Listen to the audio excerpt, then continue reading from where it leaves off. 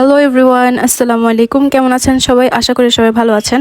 আজকে আমি ভালো নেই, আমি অনেক অসুস্থ, যার কারণে নিয়মিত ভিডিও আপলোড করতে পারছি না। সবাই আমার জন্য দোয়া করবেন যেন আমি তাড়াতাড়ি সুস্থ হয়ে যাই।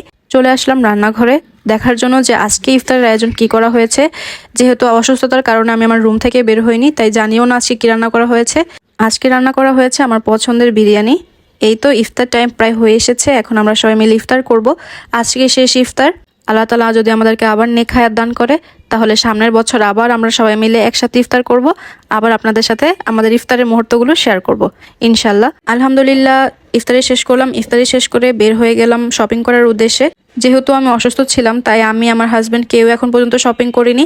আর যেহেতু সামনে হাতে সময়ও নেই, তাই অসুস্থ শরীর নিয়ে চলে আসলাম শপিং করার জন্য। প্রত্যেকবারই আমাদের 15-20 রোজায় শপিং শেষ হয়ে যায়, কিন্তু এবার একটু দেরি হয়ে গিয়েছে, কারণ আমি 20 রোজা থেকে অসুস্থ ছিলাম, যার কারণে আর বের হওয়া হয়নি আর শপিংও করা হয়নি।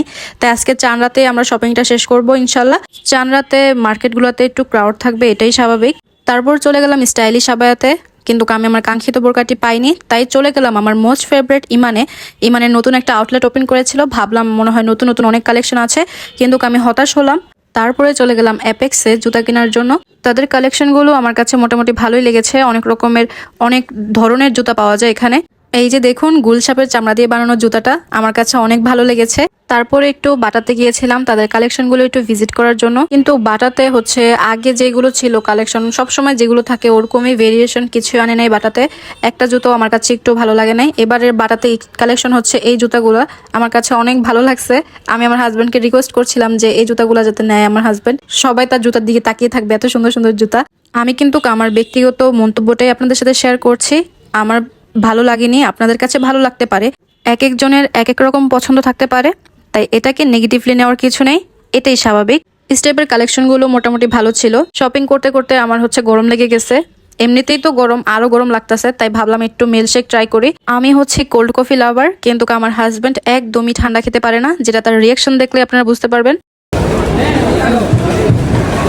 মজা দুর্দান্ত, আলহামদুলিল্লাহ। চল। তারপরে একটা সাব স্যান্ডউইচ নিয়েছিলাম, যেটা আমার কাছে খুব একটা ভালো লাগেনি। কেন ভালো লাগেনি সেটা আপনারা দেখলেই বুঝবেন, যে একটু পোড়া লেগে গেছে।